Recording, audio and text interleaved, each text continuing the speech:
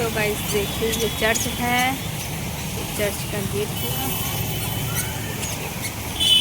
कितना अच्छा लग रहा है ये चर्च।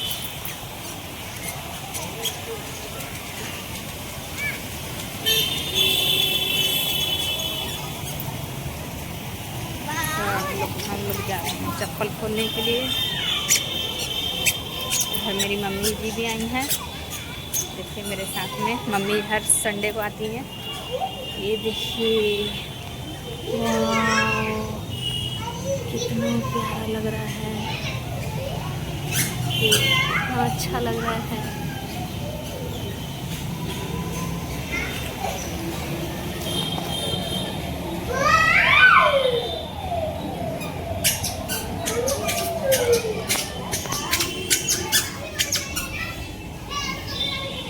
कितना अच्छा लग रहा है मछली।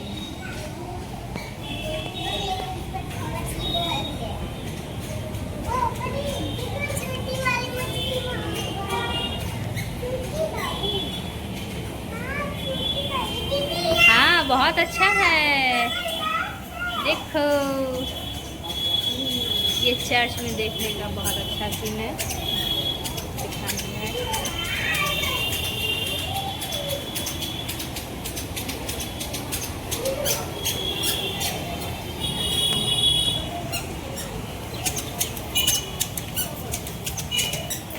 कितना प्यारा लग रहा है। ऐसे करते हैं यहाँ से, इसके नीचे ऊपर में प्रार्थना होता है और पानी उसी में ही मछली है। और आपको कैसा लग रहा है।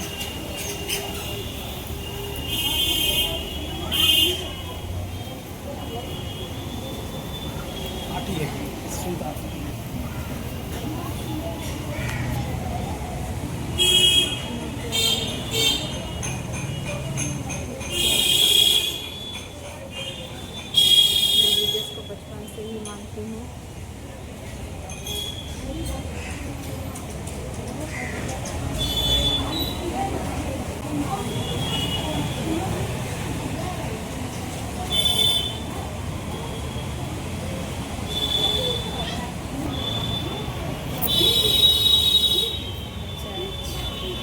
ऐसा है, आप लोग भी आइए घूमने के लिए यहाँ पे चर्च।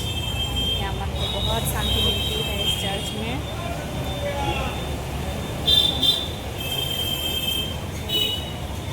और भी आगे देखते हैं क्या क्या है।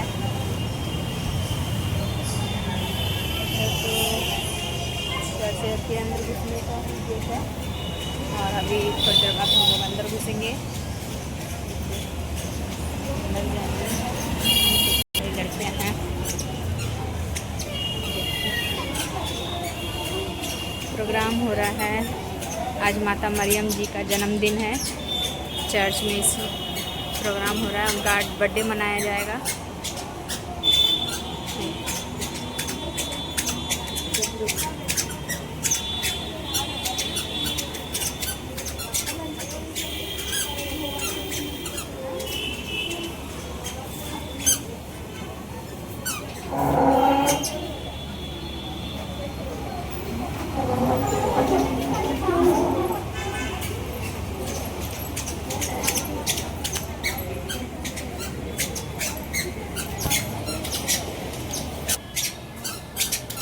जा रही हैं चर्च के अंदर, अभी हम भी जाएंगे चर्च के अंदर, तो दिखाएंगे आपको चर्च के अंदर का नज़ारा कैसा लग रहा है, दिखाएंगे।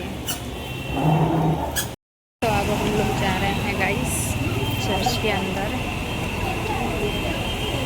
देखिए यहाँ पर ही आ चुकी हैं, मम्मी भी आ चुकी थी। चर्च के अंदर कैसा है।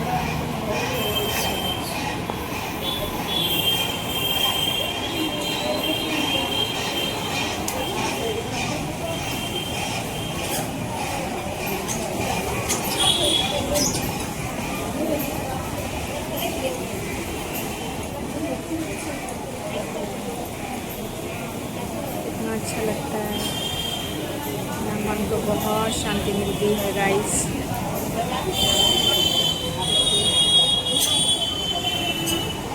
जो जो जीसस को मानते हैं कमेंट करें, लाइक करें और मेरे चैनल को सब्सक्राइब करें। बताइए कैसा लगा यहाँ का चर्च। भागलपुर का ये चर्च है। ये चर्च है भागलपुर के कचहरी के पास है ये चर्च। आप लोगों को आना है घूमने के लिए तो आप आ सकते हैं यहाँ पे। देखिए कैसा है चर्च। मुझे तो बहुत अच्छा लगा है ये चर्च। लाइट भी है, प्रार्थना कर भी सकते हैं हम लोग।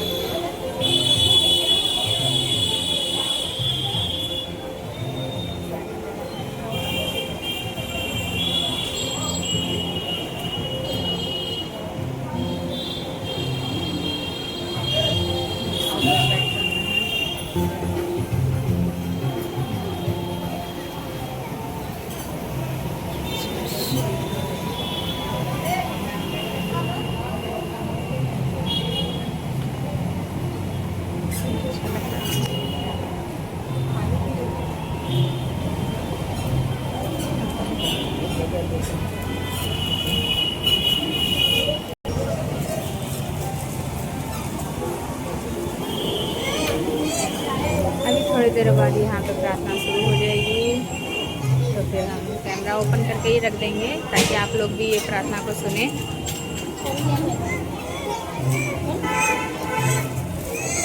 आप लोगों का सबका मनोकामना पूरी हो जीसस के दुआ से। जीसस की स्तुति हो। धन्यवाद यीशु परमेश्वर, धन्यवाद देती हूँ मेरे यहोवा। धन्यवाद प्रभु, धन्यवाद।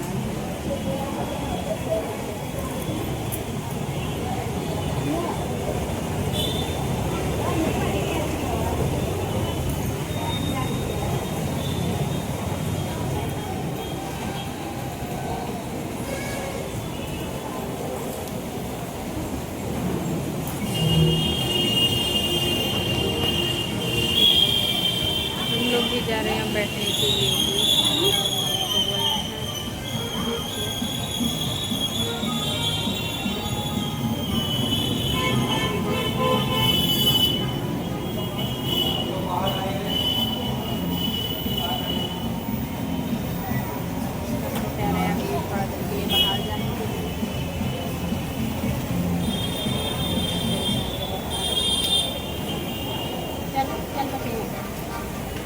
नहीं अभी नहीं बैठेंगे, अभी नहीं।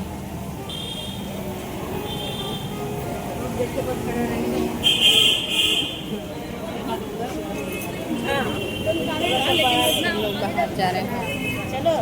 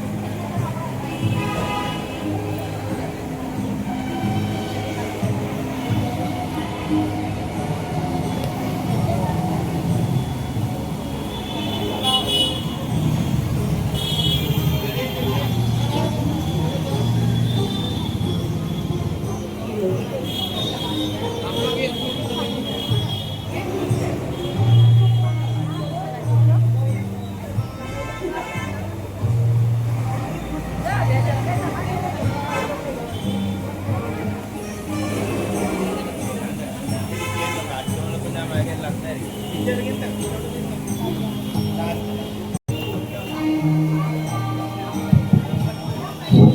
लोग सब आगे आ जाइए, प्रोग्राम सब सामने सामने आइए ना, इधर कोई मत रहिए, सब कुछ सामने नीचे आइए, सब कोई नीचे आइए, सब आगे आइए, आगे आइए सबको।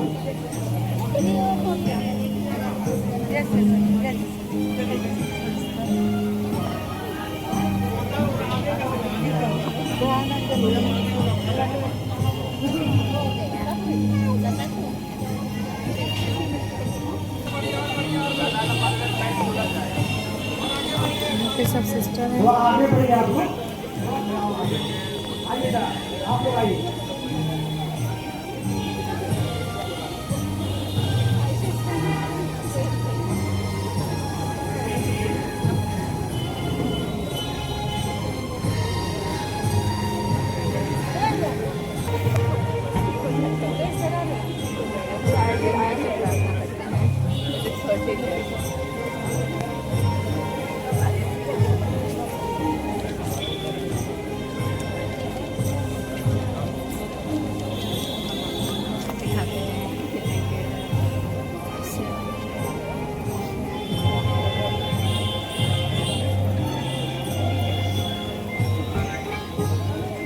और आगे आइए आप लोग, और आगे बहुत जगह इस तरफ है, आइए आइए, आगे बढ़िए, आगे बढ़िए, बढ़िए धीरे धीरे बढ़िए।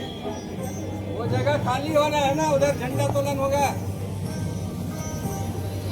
इधर बहुत जगह, इधर बहुत जगह, आइए आइए आइए।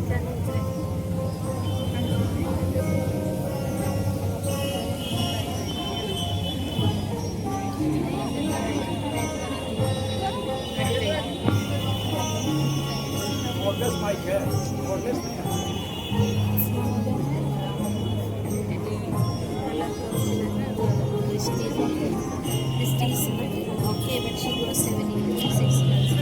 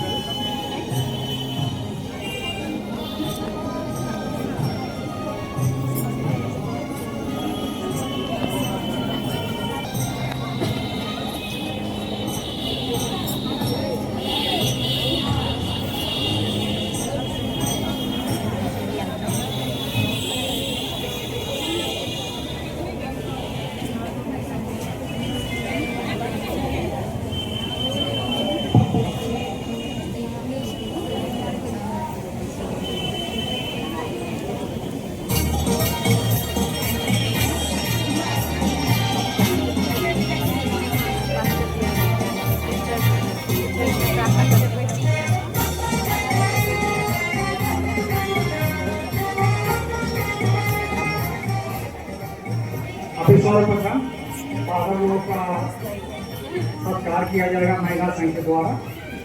तो महिला संघ के मेंबर जो हैं आगे जाएं। महिला संघ के मेंबर आगे बढ़ें।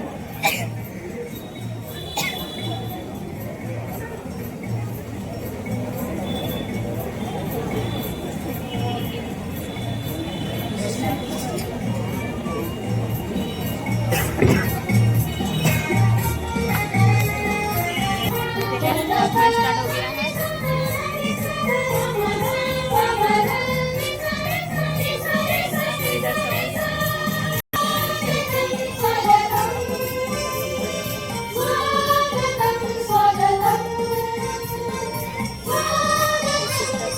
है। ये सभी प्रार्थना करते हैं।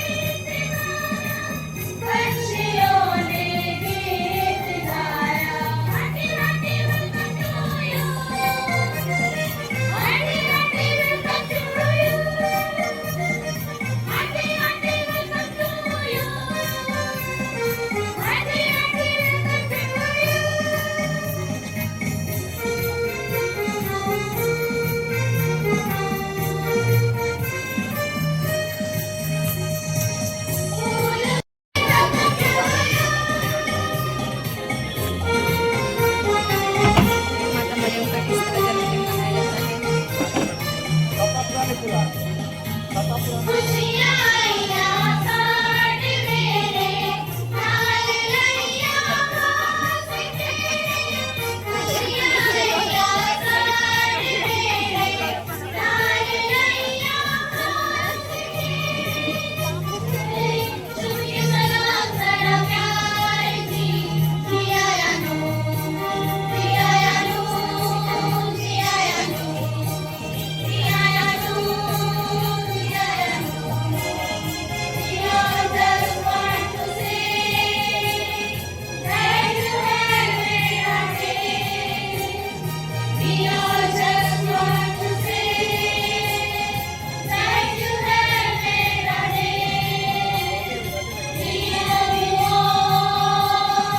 अभी हम लोग अब झंडा तोलन के हम लोग आगे बढ़ेंगे धीरे धीरे आगे तुरंत पड़ेगा उसका भाई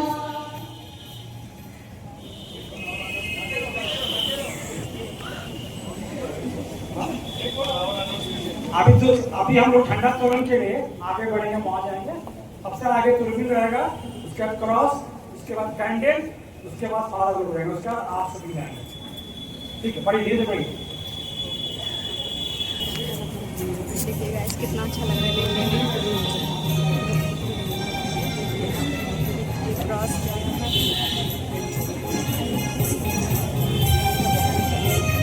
ये फादर साहब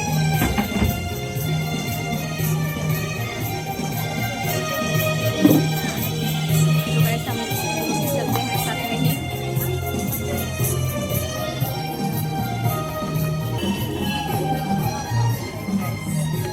भी जा रहे हैं साथ में ही देखिएगा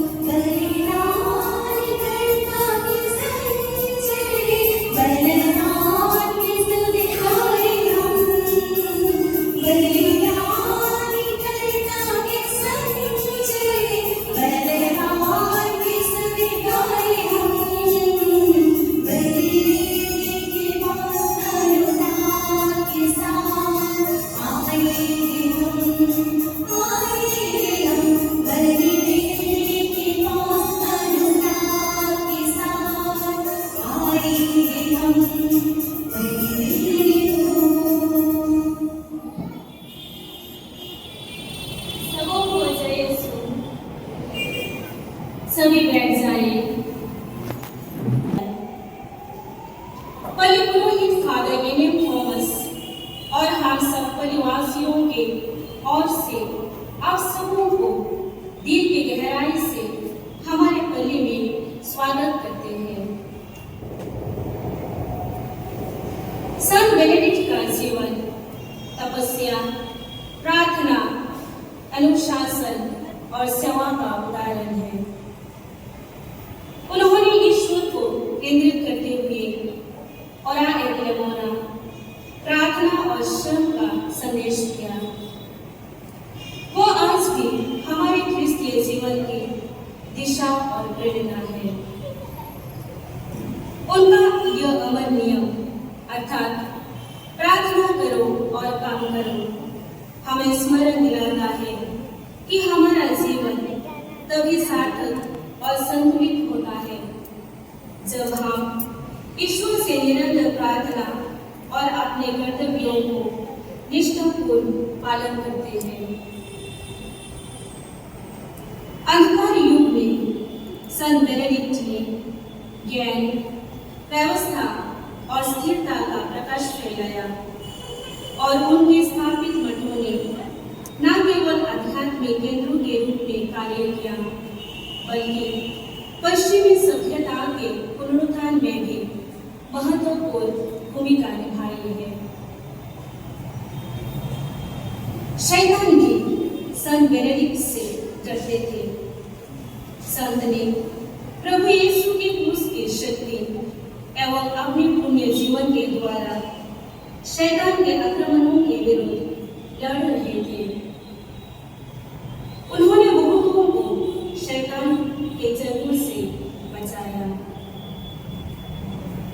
आज के भी सब पूजा में विशेष करके यह महान संत के लिए और उनका शक्तिमत मध्यस्थता के लिए पवित्र परम परमेश्वर को धन्यवाद देंगे। आज यह विशेष और महत्वपूर्ण अवसर पर हम सब उनका अनुकरणीय जीवन से प्रेरणा है। हम अपने हृदय में ईश्वर के असीम प्रेम अनुभव करने एवं उनके बताए गए शांति, व्यवस्था और भक्ति के मार्ग पर चलने का दृढ़ संकल्प लें। हम प्रार्थना करते हैं कि उनकी शक्तिशाली मध्यस्थता से हम सभी ईश्वर की पवित्र इच्छा को और गहराई से समझ सके और उन अपने दैनिक जीवन में उतार सके। इस अवसर पर हम विशेष करके अपने बलि पुरोहित आदरणीय फादर थॉमस एलिन के लिए प्रभु को धन्यवाद देंगे, जिन्होंने अपने प्रार्थना एवं अजीब परिश्रम से इस पल्ली को और पल्लीवासियों को आगे बढ़ने में तत्पर रहते हैं। हम अपने फादर के लिए प्रार्थना करें ताकि उनका आध्यात्मिक और शारीरिक स्वास्थ्य अच्छा रहे। आज का मुख्य अनुष्ठाता आदरणीय फादर थॉमस सिंपलम ईश्वर के विशेष आशीषों एवं कृपाओं से संपन्न रहने के लिए प्रार्थना करें। यहाँ उपस्थित अन्य सारे फादरगण एवं सिस्टरगण, विशेष करके हमारे पल्ली के अतिरिक्त कार्यरत सारे संस्था के फादरगण और सिस्टरगणों के लिए प्रार्थना करते हैं। सबके सब मेहनती कृषकों की तरह ईश्वर के राज्य के विस्तृत के लिए परिश्रम करते रहे। हम अपने सभी परिवारों के लिए भी प्रार्थना करते हैं, विशेष करके हमारे माता पिता, युवक युवतियां और बच्चे सदा ईश्वर की ओर अभिमुख होने में इच्छुक रहे और सक्षम रहे। पवित्र यूकरिस्ट ख्रिस्तीय जीवन का पोषण है। यह हमें आध्यात्मिक शक्ति प्रदान करता है और हमें मसीह के समान बनने और ईश्वर की इच्छा के अनुसार जीने में सहायता करता है। आइए इस पवित्र यूकरिस्ट बलिदान में भाग लेते हुए हम प्रभु को धन्यवाद दें और संत बेनेडिक्ट के मध्यस्थता द्वारा अपने जीवन को अधिक आध्यात्मिक, अनुशासित और प्रेममयी बनाने की कृपा मांगे। सभी खड़े हो जाएं।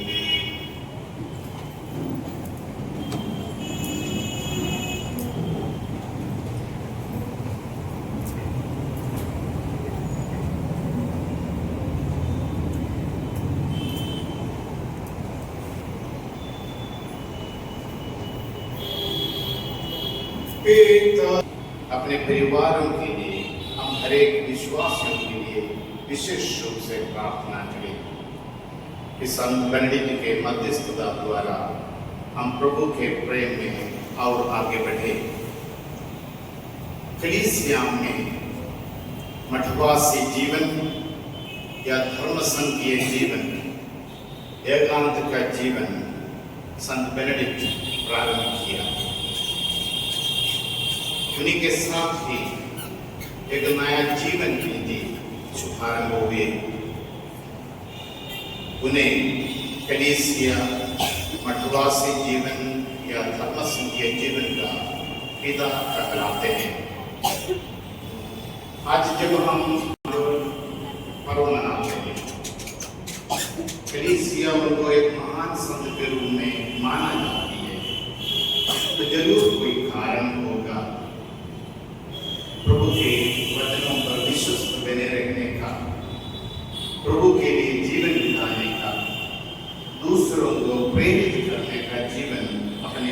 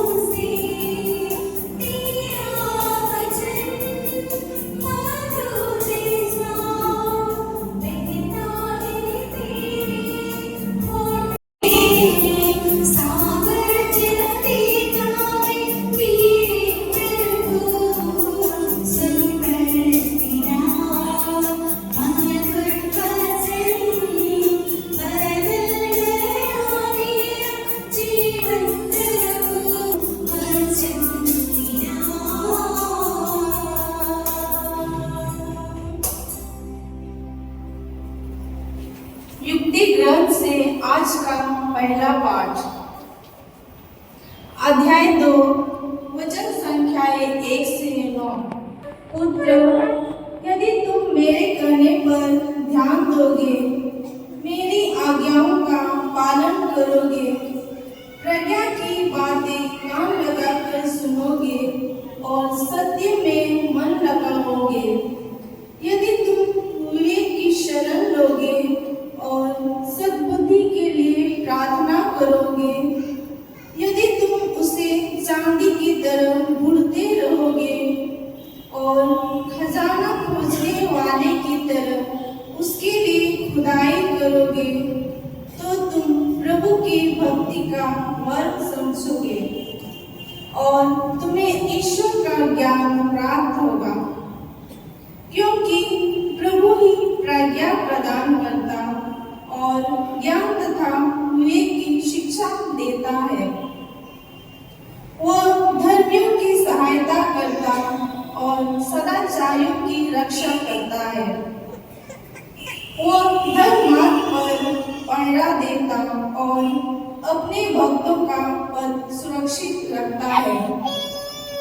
तुम न्याय तथा धर्म का मर्म समझोगे और सन्मार्ग पर चलते रहोगे। प्रभु की वाणी। ईश्वर को धन्यवाद।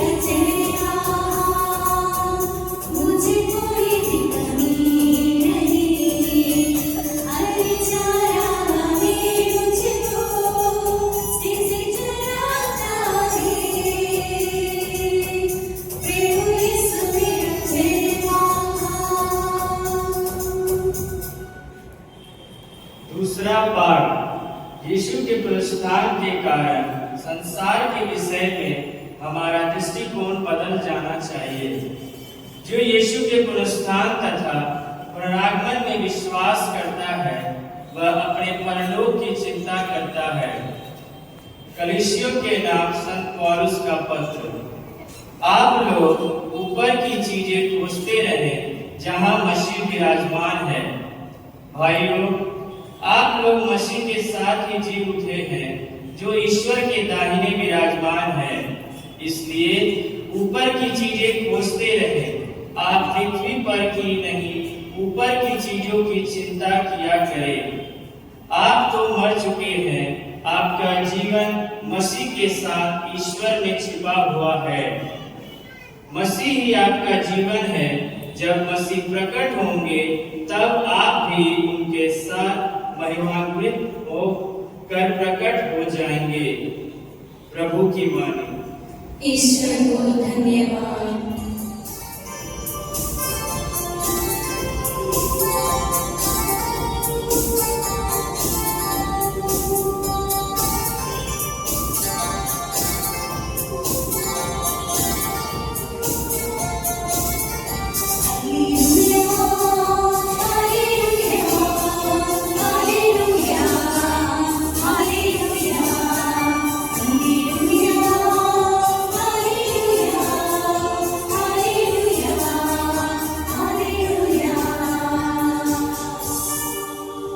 धन्य है वे जो अपने को दीन नहीं समझते, स्वर्गराज में। उन्होंने उत्तर दिया, जीवन की रोटी मैं हूँ। जो मेरे पास आता है उसे कभी भूख नहीं लगेगी और जो मुझ में विश्वास करता है उसे कभी प्यास नहीं लगेगी। फिर भी जैसा कि मैंने तुम लोगों से कहा, तुम मुझे देखकर भी विश्वास नहीं करते। पिताजी ने मुझको सौंप देता है, वह सब मेरे पास आएंगे, और जो मेरे पास आता है मैं उसे कभी नहीं गिराऊंगा, क्योंकि मैं अपनी इच्छा नहीं बल्कि जिसने मुझे भेजा उसकी इच्छा पूरी करने के लिए स्वर्ग से उतरा हूं।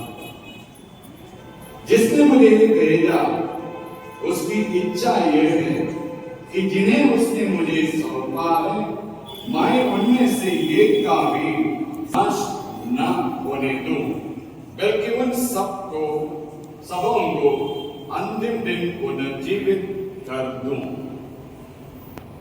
मेरे पिता की इच्छा यह है कि जो पुत्र को पहचान कर उसमें विश्वास करता है उसे अनंत जीवन प्राप्त हो। मैं उसे अंतिम दिन पुनर्जीवित कर दूंगा। यह प्रभु का दिव्य सुसमाचार है।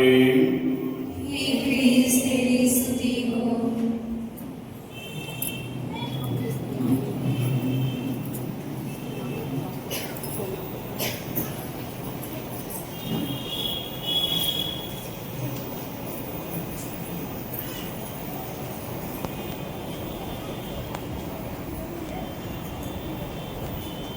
क्रिस्त में मेरे प्रिय भाई और बहनों, सर्वप्रथम मैं आप सबों को हमारे संरक्षक संत बेनेडिक्ट के पर्व पर आप सबों को शुभकामनाएं और प्रार्थनाएं अदा करता हूँ।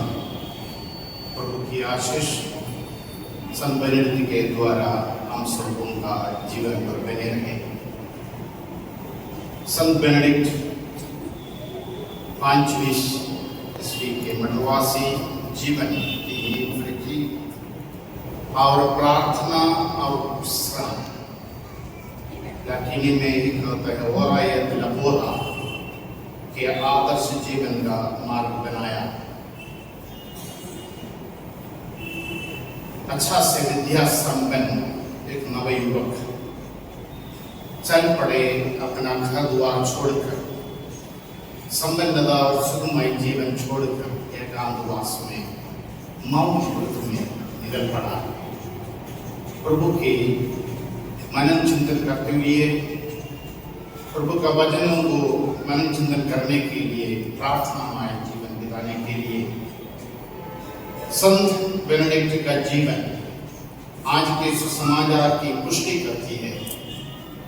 उन्होंने अपने अनुयायियों को सिखाया कि सच्चा जीवन केवल सांसारिक रोटी से नहीं बल्कि परमेश्वर की इच्छा पूरी करने से मिलता है।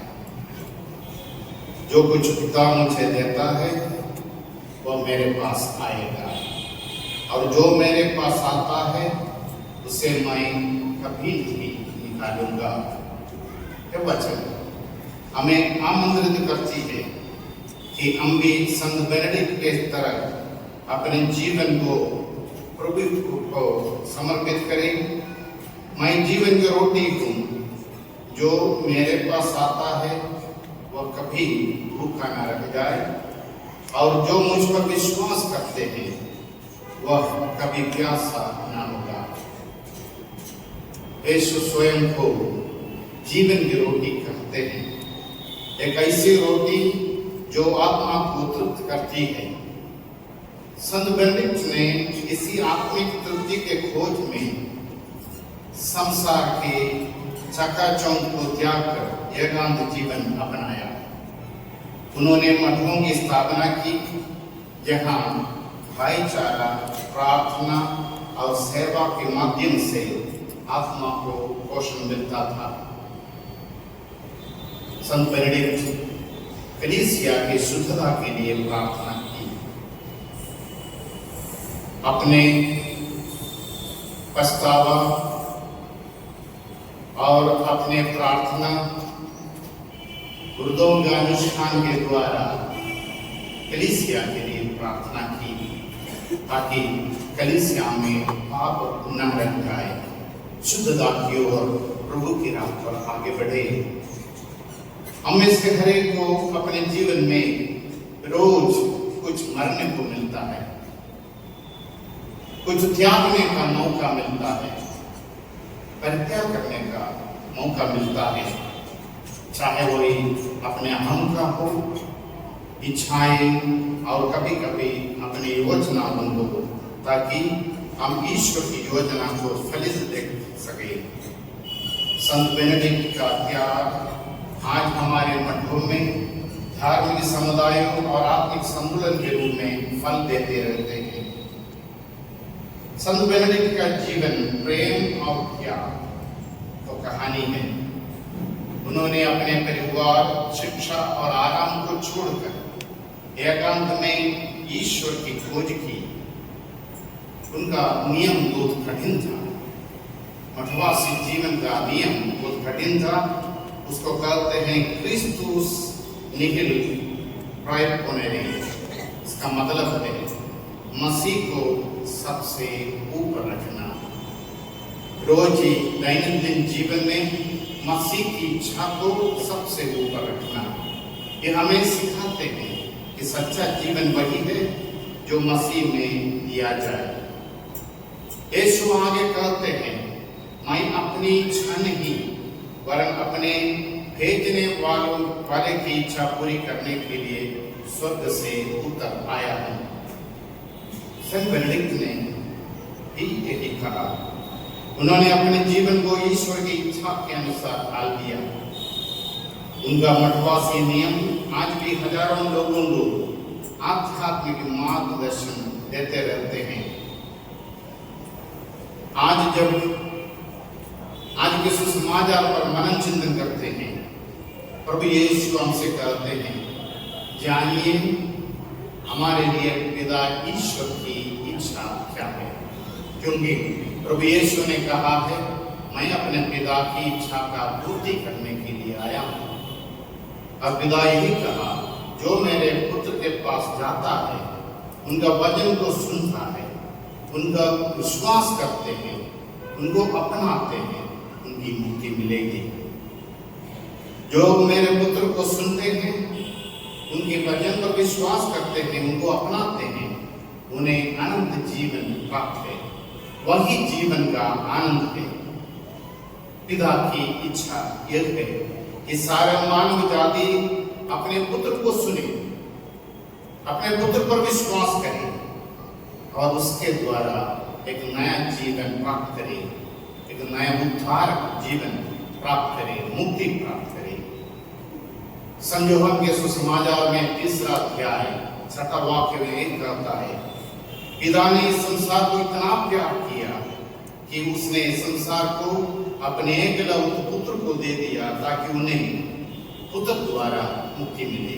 सारी दुनिया को, सारे संसार को मुक्ति देने के लिए, अपनाने के लिए पिता ईश्वर अपने पुत्र को भेजा है। पुत्र का काम है पिता की इच्छा पूरा करने का। पिता की इच्छा क्या थी? सबों की मुक्ति। संत यूहन्ना के सुसमाचार में 14 अध्याय 8वां वाक्य में कहते हैं, जो मेरे पास आते हैं वह मेरा है, मैं उन्हें अनाथ नहीं छोड़ूंगा। यह है पिता का असीम प्रेम। यीशु का भी एक ही मकसद था, हमें ईश्वरीय जीवन का अनुभव हो जाए। ईश्वरीय जीवन ही आनंद है, परिपूर्णता, जीवन की परिपूर्णता तक पहुंचाते हैं। हम अपने भौतिक जीवन में कभी कभी इतना उलझ जाते हैं और हम ईश्वरीय कृपाओं को, ईश्वरीय अनुग्रह को, ईश्वरीय जीवन को, संस्कारों से प्राप्त किए अनुग्रह को भूल जाते हैं। ईश्वरीय आध्यात्मिक जीवन को भूल जाते हैं। हमारा जीवन 2 तरीके का है, जैविक जीवन, बायोलॉजिकल लाइफ, और आध्यात्मिक जीवन। प्रभु यीशु आज के सुसमाचार के द्वारा कहते हैं आध्यात्मिक जीवन के बारे में।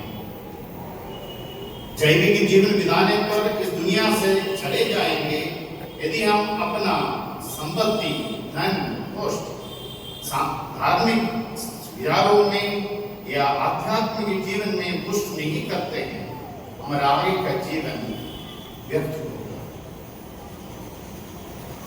यीशु ऐसे एक रोटी है, एक संस्कार है जो हमें क्षमा करते हैं।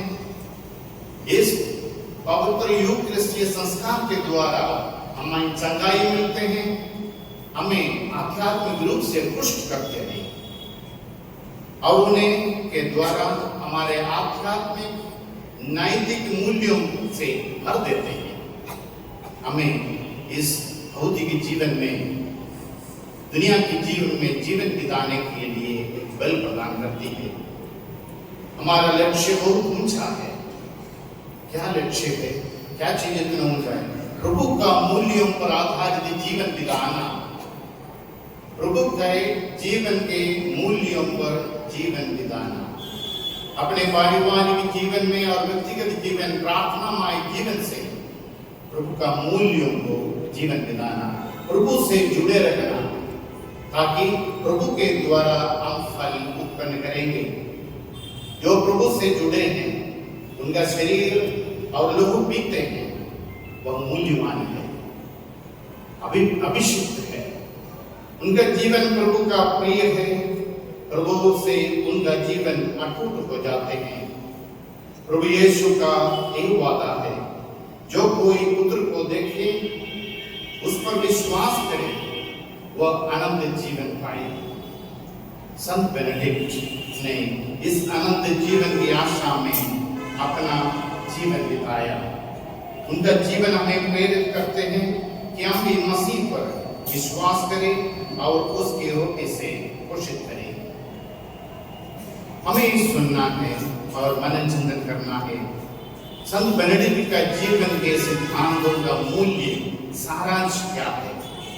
वही कहते हैं, गुण नहीं तो रूप व्यर्थ, गुण नहीं तो रूप व्यर्थ, भूख नहीं तो भोजन व्यर्थ, सदुपयोग नहीं तो धन व्यर्थ, साहस नहीं है तो तलवार के उपयोग व्यर्थ, परोपकार नहीं है तो मनुष्य ही व्यर्थ, श्रद्धा नहीं तो पूजा व्यर्थ, अर्थ नहीं तो हमारे सब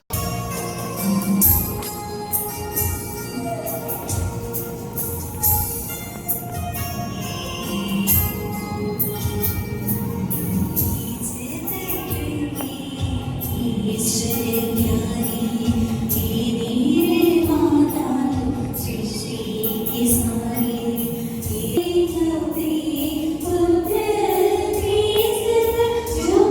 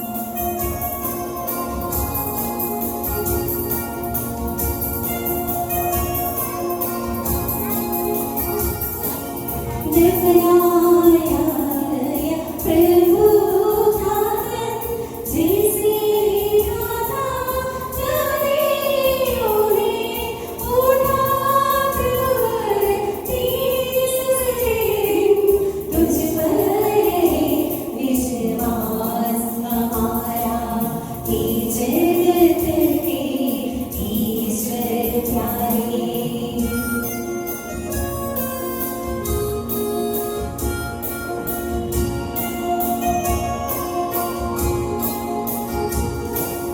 दया स्वर्ग में तेरे प्रशासित पीड़ाए बैठा है वो शोभित पुस्ति दिव्य महिमा। तुझ पर है विश्वास हमारा, ये जगत के ईश्वर प्यारे।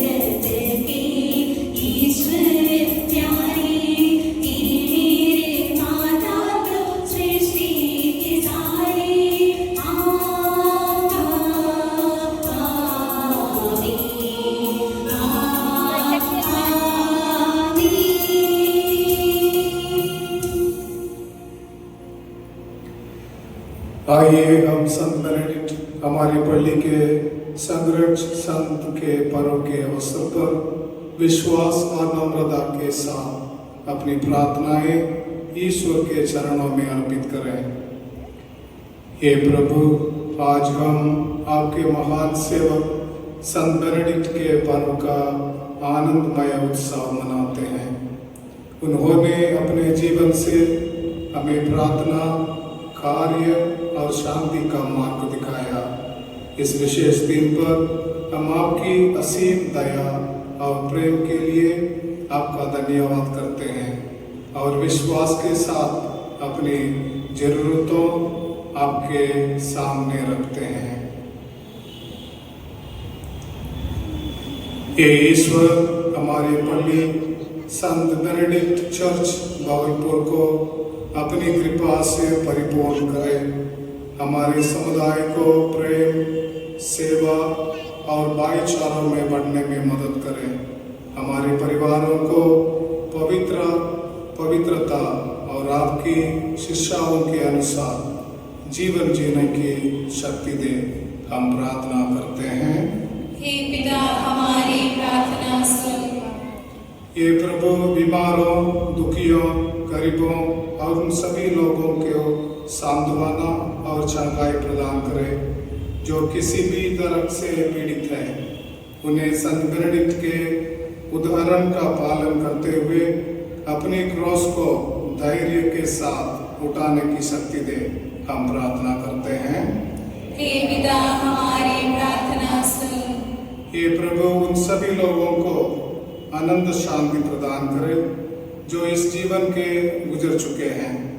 विशेषकर हमारे पल्ली के सभी दिवंगत सदस्यों को उन्हें आपके स्वर्ग के राज में संत बेनेडिक्ट और सभी संतों के साथ स्थान दे, हम प्रार्थना करते हैं। हे पिता हमारी प्रार्थना सुन। भला गडरिया मई हूँ। हे पिता ईश्वर, आज हम समस्त कलीसिया के लिए प्रार्थना करते हैं। हमारे संत पिता लियो और हमारे धर्माध्यक्ष बिशप कुरियन, वेदी में उपस्थित सभी पुरोहितगण एवं विश्व भर में पहले सभी धर्म गुरुओं तथा धर्म बहनों के लिए। पिता ईश्वर, आप हमेशा उन्हें अच्छा स्वास्थ्य प्रदान कीजिए, पवित्र आत्मा के विभिन्न वरदानों से भर दीजिए, जिससे वे इस कलीसिया रूपी भेड़शाला को सुचारू रूप से सही मार्ग में आगे बढ़ाने में सक्षम हो सके। इस कृपा के लिए हम पिता ईश्वर से निवेदन करें। हे पिता हमारी प्रार्थना सुन। बीज भरपूर उगेंगे, दाख लता फलेगी, भूमि अपनी उपज उपजाएगी और आकाश से ओस टपकेगी। हे ईश्वर, तू हमारे जीवन का स्रोत है, हमें अन्न प्रदान करता है। आज हम आपसे पर्याप्त और अच्छी वर्षा के लिए प्रार्थना करते हैं तथा सभी किसानों को तेरे हाथों में समर्पित करते हैं, जो अच्छी वर्षा की बात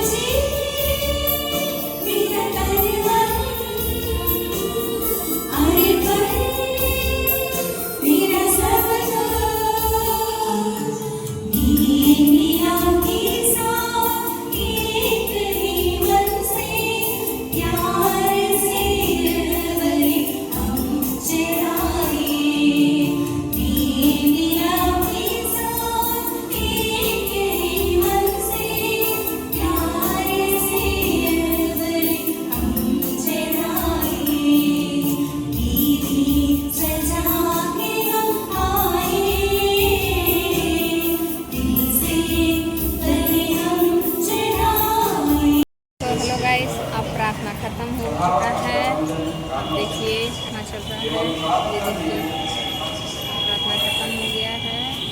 यहाँ पे जीसस का प्रसाद खाएंगे और ये देखिए माता मरियम किस तरह जीसस को गोदी में लिए हैं। देखिए